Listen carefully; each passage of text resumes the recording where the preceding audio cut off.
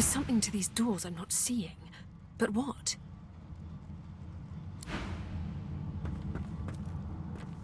You're the Godwoken, right? Then maybe you can find a way through this damn door. The door seems like any door, at least at first. Then you notice its unblemished wood. There is no knot, no scratch, no dent to detract from its apparent perfection.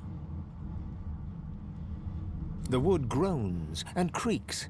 A face appears in the wood, tortured and tormented. A six-sided indentation is carved on its forehead, as if a gem or amulet had made a mark there. The face vanishes. The anguished face appears, then vanishes. The door remains.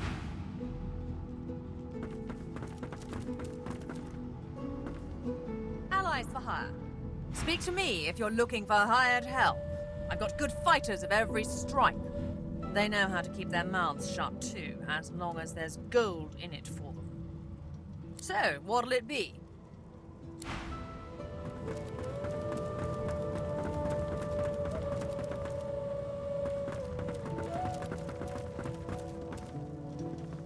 The Seeker flexes her arms stiffly. Her joints audibly pop. She sees you draw near. I owe you, Godwoken.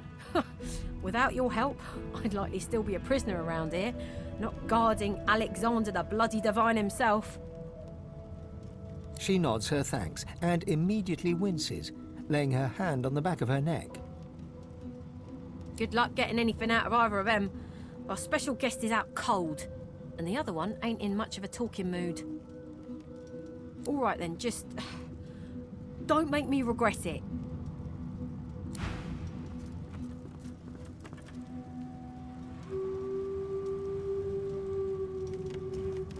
Hope you find something useful. Get away from him, sorcerer. That's the Divine. All right.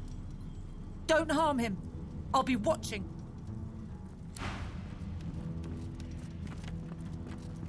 Ifan grabs you by the sleeve, not hard, but insistent. Let me work on him. I've got questions that need answers. Answers I can only get from him. Ifan approaches Alexander, who lies flat on a bare wire cot. Though unconscious, Alexander's eyes are only half closed. His swollen jaw hangs open at an odd angle. Ifan grabs him by the jaw and shakes, violently. Alexander's face contorts with agony and his eyes flutter, yet he doesn't return to consciousness. Why did you trigger the death fog before the elves had a chance to escape? Why? Why? No matter how loud Ifan shouts his questions, there is no response from the unconscious Alexander. He reaches his arm back, and you realize he intends to punch Alexander in the face. As if waking from a dream, he turns to you, disoriented. Hesitantly, he drops his fist until it hangs loosely by his side. Sheepish now, he scratches the side of his head with his other hand. You're right there. With a nod, Ifan strides away. Being behind bars suits you, murdering scum. Bishop Alexander lies supine on a bare wire cot. Though unconscious, his eyes are only half closed. His swollen jaw hangs open at an odd angle. Bruises swell beneath his eyes, and a shallow gash zigzags from his right ear down to his beardless cheek. Unconscious, he looks more boy than bishop.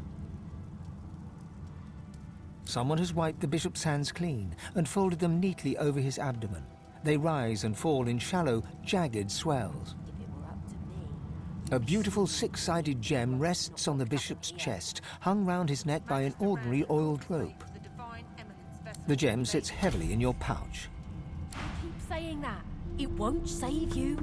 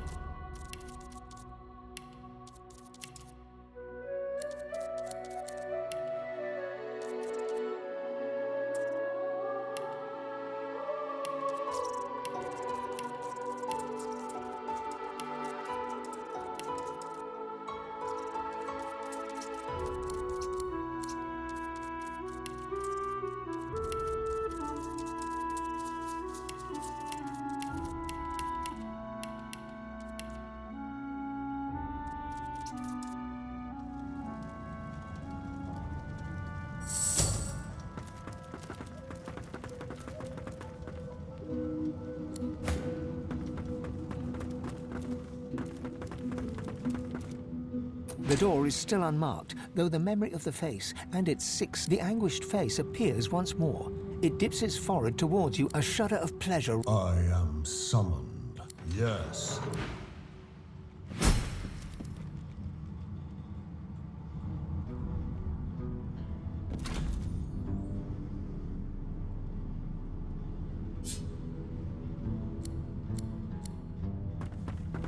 Just one more. He clicks together two. And there. Rescued at last, am I? To whom do I owe my thanks? Armor? Such a limiting word, but yes. It serves that purpose, amongst others.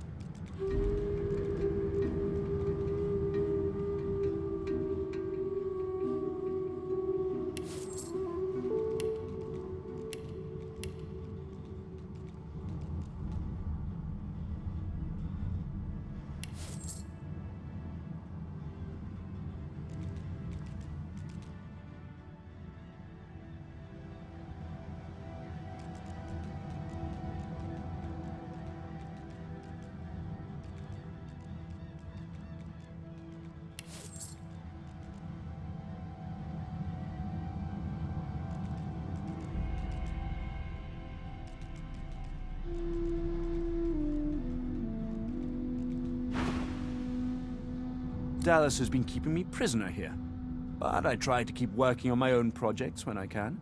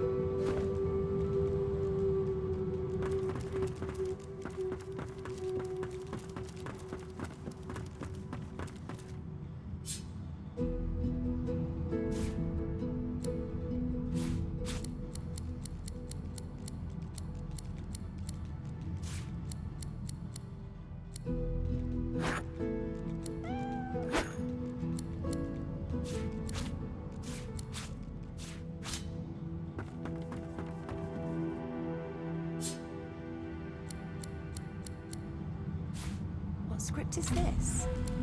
Whatever it is, it appears to be written in verse. I'm a monster. I click and clack as I stalk my prey. My tail rattles like a snake's. I suffer. Mumsy? Is she here? Mumsy, where are you? 'Tis I, Booply Bear. I am quite changed, but don't be frightened. You! The cat begins to purr and rub itself on your ankles. Any friend to Mumsy is a friend to me. I believe the song is around. As I said, not Mumsy. You'll the song of... The cat purrs. Tell Mumsy...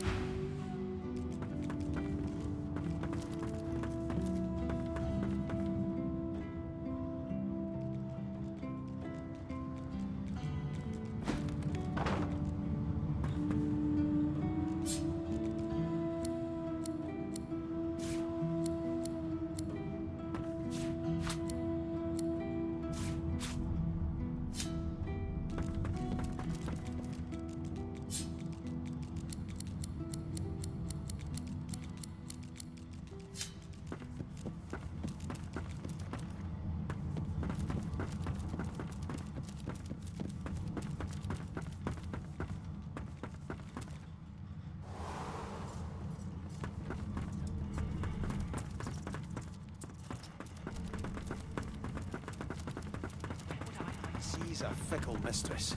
She's mine, damn it.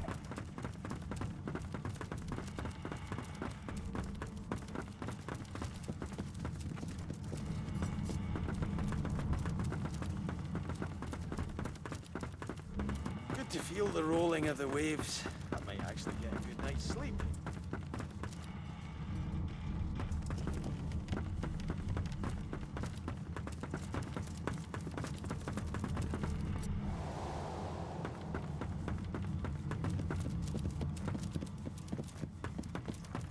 It's good to have a sense of freedom once again. True, Alice took a particular interest in me and my skills. I'm an expert in healing, crafting, and more arcane practices.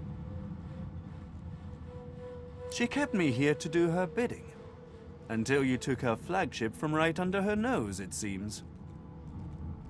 Oh, yes. She could be a most cruel mistress, I'm sad to report. He extends his arm and pushes up the sleeve. Beneath, the skin is withered and discolored, as if it were magically decayed.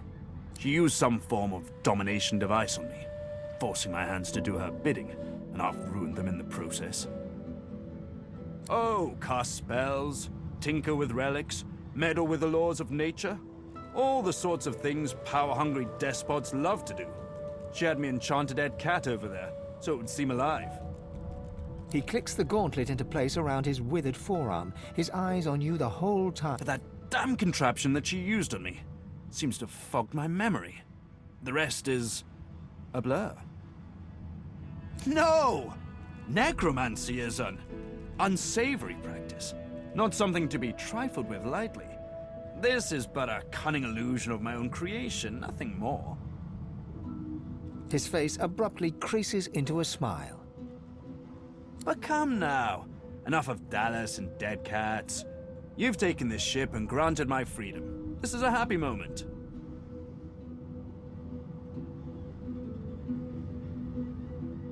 I'm afraid I cannot tell you what I do not remember. Could you pass me that copper wire just there?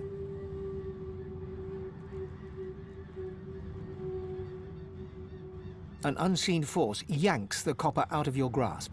Tarquin catches it and offers you a thin smile. Butterfingers? I'm afraid I truly can't remember anything. Now, unless there's something else you want, I need to get back to my work. I'm doing my utmost to be civil to you, under rather trying circumstances. Why must you push me like this?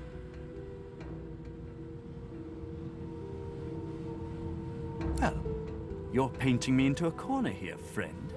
And I don't like to be cornered. The Seekers are too trusting by half. We can't just let this healer go free.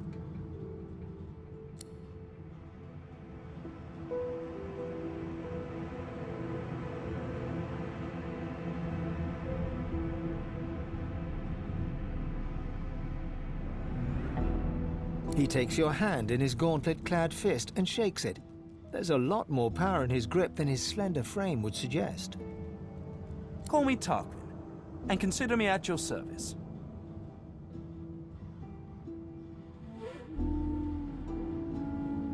There's likely not a soul aboard this ship without secrets they'd rather keep hidden. Why should I face more scrutiny than the rest? Well, pardon me if I don't put too much stock in your feelings. Knowledge, facts, discerning, educated opinions. That's where I put my faith in.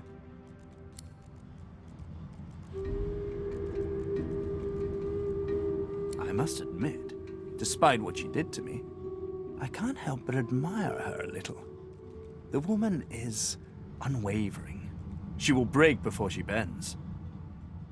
So if you should cross paths again, be sure to leave her broken. You will not get another chance. We're barely acquainted. Why should I tell you anything personal?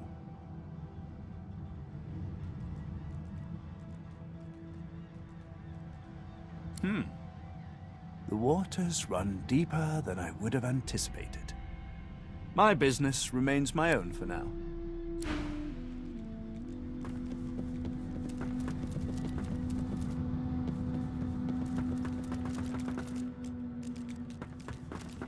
What's this? I found something.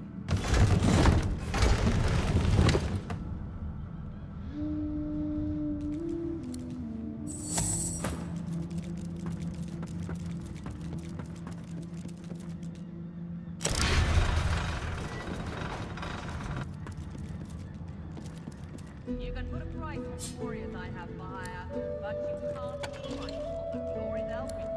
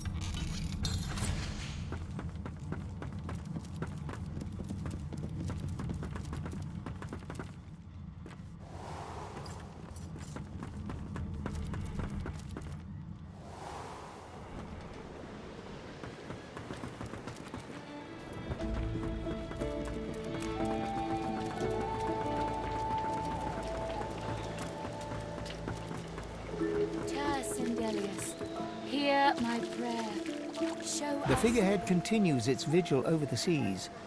The detail is remarkable. It looks like it could turn around and incinerate you at any moment. The deck beneath you groans and trembles, like the ship itself is awaking from a slumber. A deep sigh emerges, unmistakably the sound of a living being.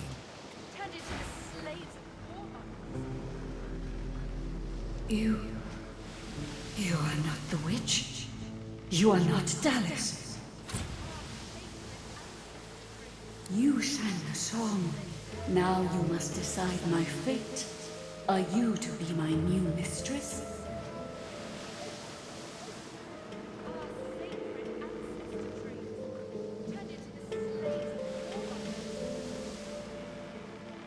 Of course. You sang the song. Now I am yours. We may sail whenever you wish. Ask. I am here to serve in all ways. The creaking of the ship eases into a contemplative silence. Once, I was an elf. I passed away and was reborn as an ancestor tree in a beautiful forest surrounded by kin of both flesh and root. But that time has passed. I saw that forest reduced to a dead place. Then I was taken away. My memories were lost, like the leaves from my branches. The sails overhead billow outwards suddenly. The sun is blocked, momentarily casting the dragon figurehead into shadow. Majesties, they razed sacred elven lands and uprooted ancestor trees from the earth. I was one of them. They tore me apart and turned me into this monstrosity. Of course, wherever there is sea, I will endeavor to bring you. Consult with your companions and set a course. The ship's awake. Good. Is she ready to sail?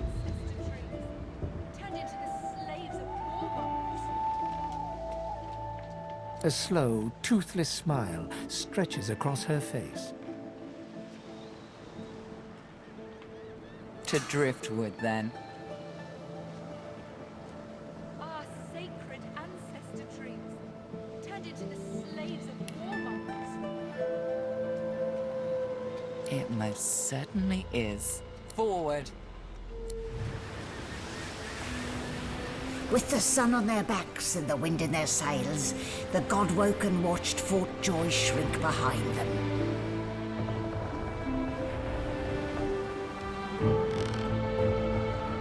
But their capture of the Lady Vengeance had not gone unnoticed.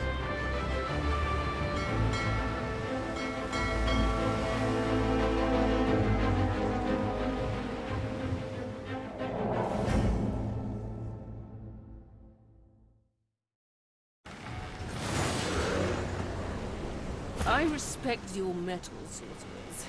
You steal my ship, kill my bishop, and ally with demons. But you have no idea what you're really dealing with.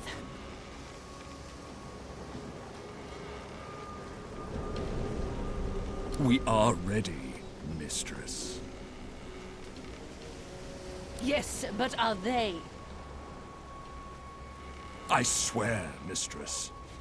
I swear they'll perform admirably. Very well. Show me. Goodbye, sword. This is my ship. I won't see it taken from under my feet. You act!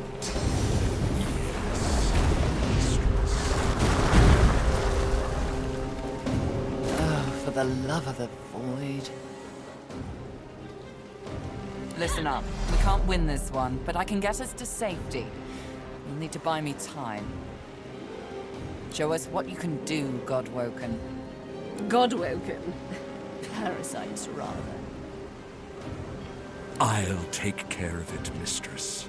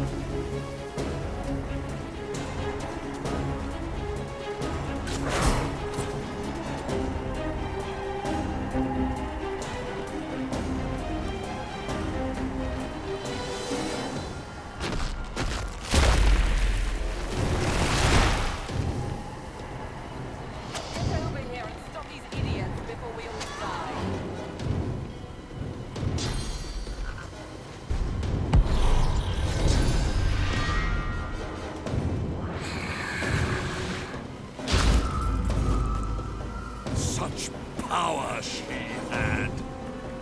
Here, sorcerer, taste some for yourself.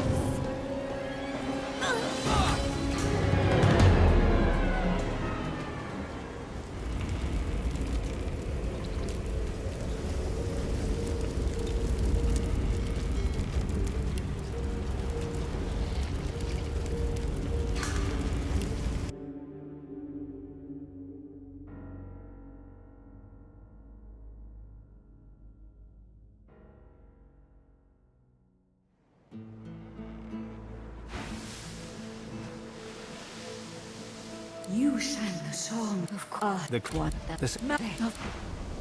The ship's awake. The ship is to drift.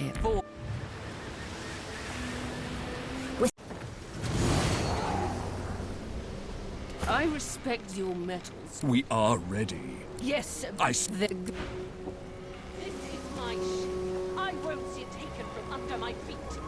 You act!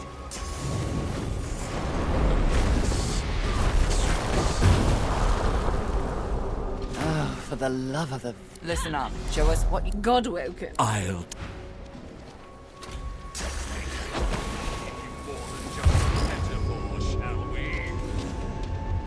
Stop that elf! Her sorcery must be silenced!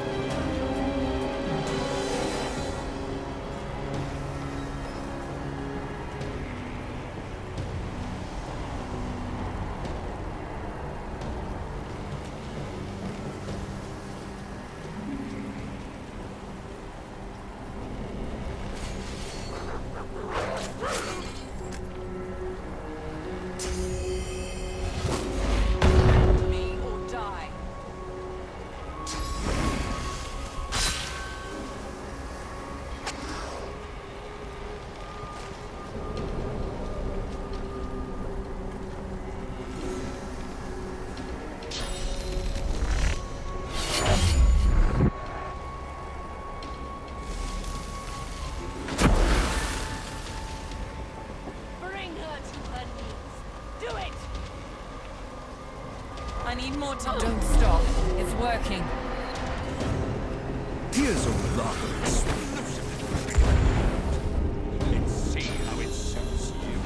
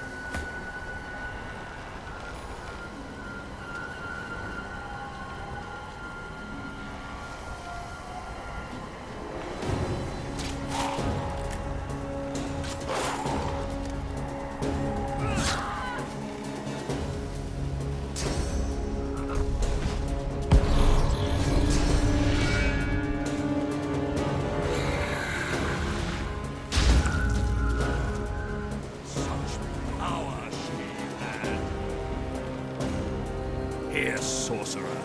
Taste some for yourself.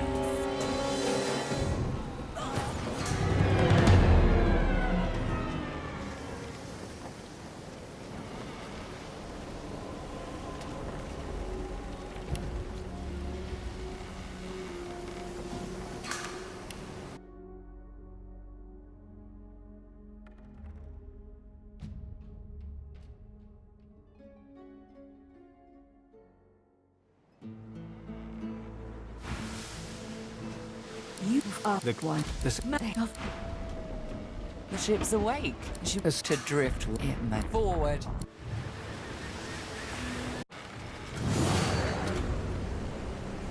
I respect your mettle, sorcerers. We are. This is my ship. I won't see it taken from under my feet. You act!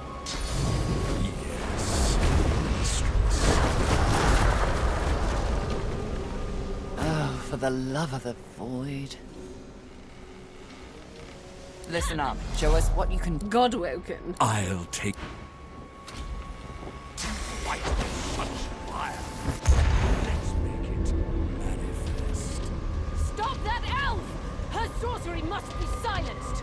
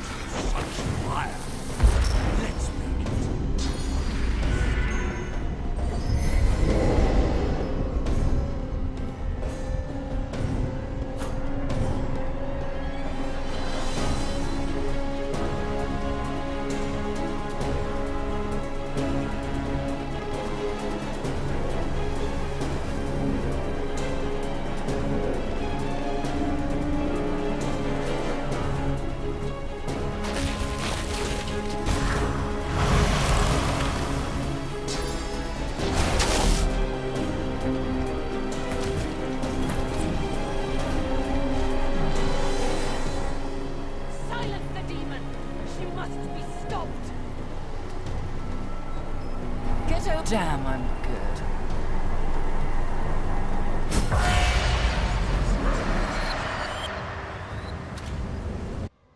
With the help of the half-demon malady, the Godwoken escaped through the veil that separates life from death.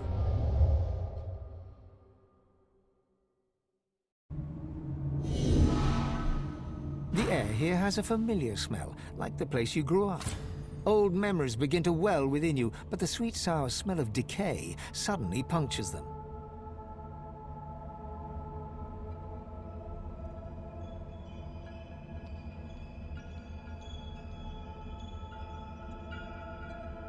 A faint creaking sounds in the distance.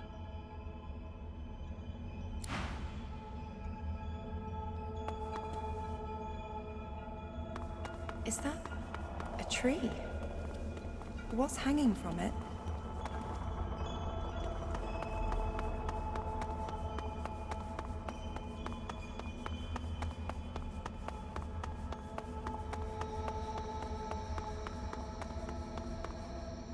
Must be a way across. Are those the gods? What's wrong with them?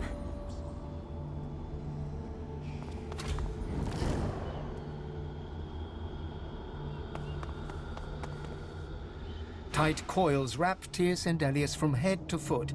His still face is set to a glowering sneer. Cursed tendrils tighten around Solstica. Her lips are moving, but no words seem able to escape her lips.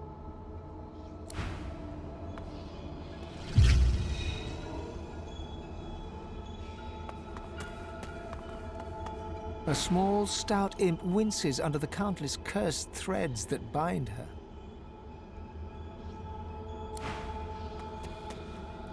Ever-tightening cursed branches constrict the great dwarven god Duna.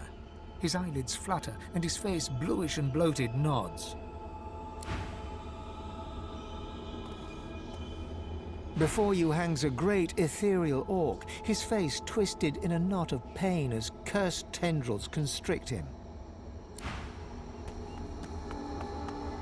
Amadia hangs before you, her face cut and bruised, her chest barely moving. You think you see a tear run down her cheek. You lean in. That's no tear. It's sauce. The shimmering liquid is seeping from her wounds and dripping to the ground below her.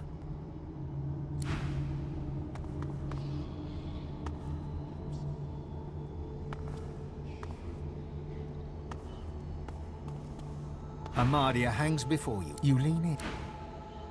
Ralik hangs limp, his helmet— Hurry!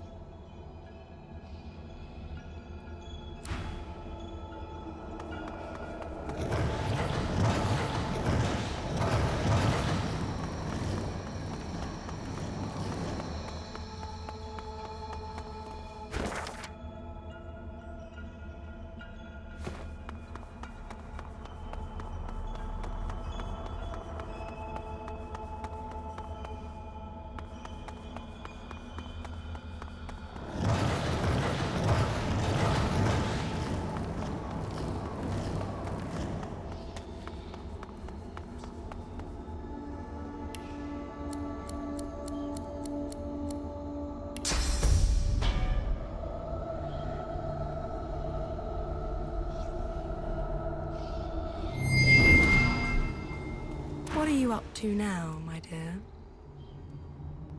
Better to leave those lost souls be. They can't help us.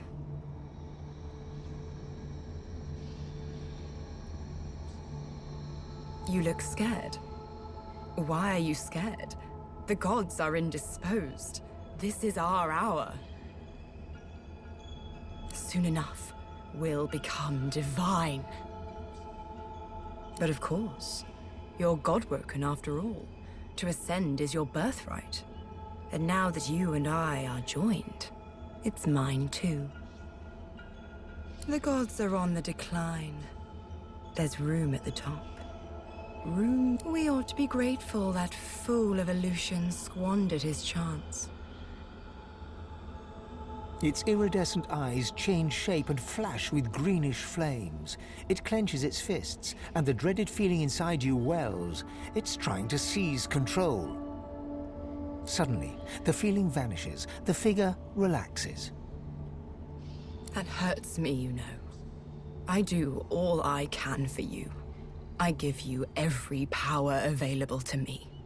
I make you great. And but it doesn't matter. I will continue to care for you, to love you, no matter what you think. Call it what you want. The point is, we are bound together, forever. The sooner you get used to that, the greater we will become. You feel it, don't you? That burning cold. That's the void. It's coming here. It's coming for the gods. And this isn't the moment for making enemies. Remember that.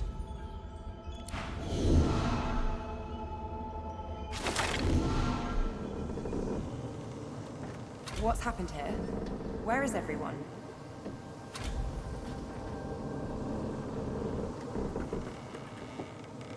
The same troubled look is visible on each face. You've seen the gods beaten and defiant, strung up as a warning.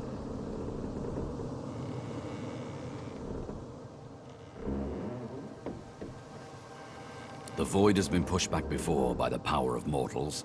The gods couldn't handle it, but maybe we can.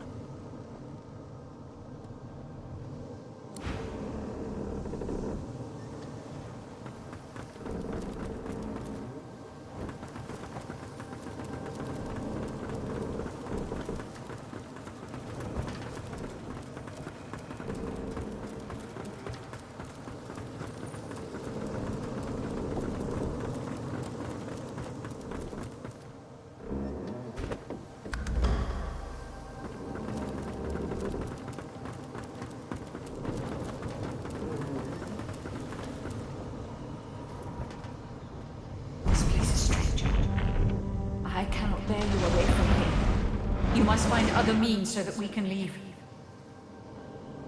The one who brought us here. The demon that wears the face of my kin. Only she can set the course back to the land of the living. She is here still. I can feel her. Death washed over me as we entered this place. I felt many lives extinguish in a single moment. But others still draw breath. They are sheltering below decks.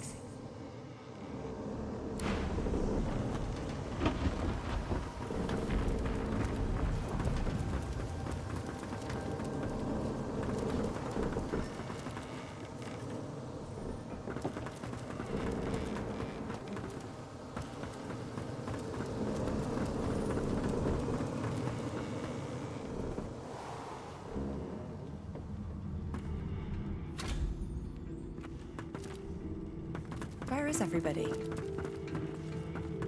Hidden away somewhere. Safe from the storm, I hope.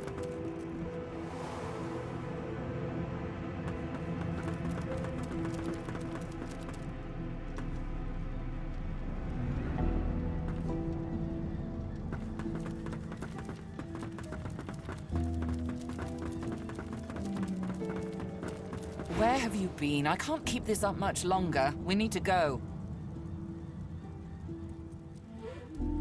Brace yourself. This might hurt. A lot.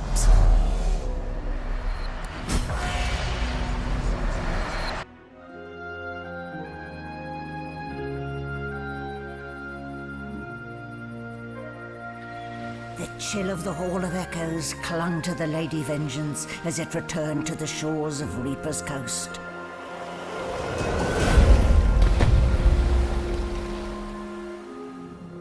The Godwoken were alive, but what of the gods?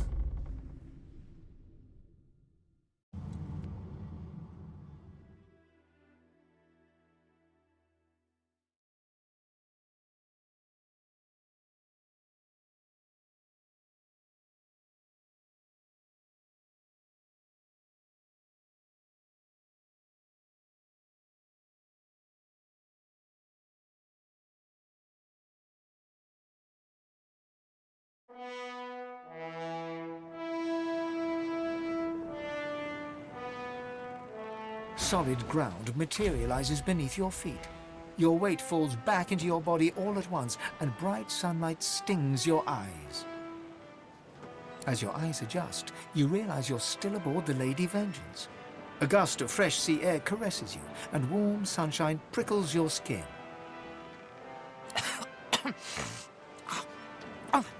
One moment, please. Malady explodes in a fit of retching that racks her body. At last, she sneezes and expels a glob of something shiny and silver onto the deck. It wriggles quickly off the siding and plummets into the sea with a splash. Better. Let's not do that again anytime soon, Well, we needed to escape, didn't we? So I took us the one place I was quite certain Dallas couldn't follow. I suppose you recognized the Hall of Echoes from those visions you'd had before. Realm of the dead, realm of divinity. I do hope you learned something useful on our little field trip.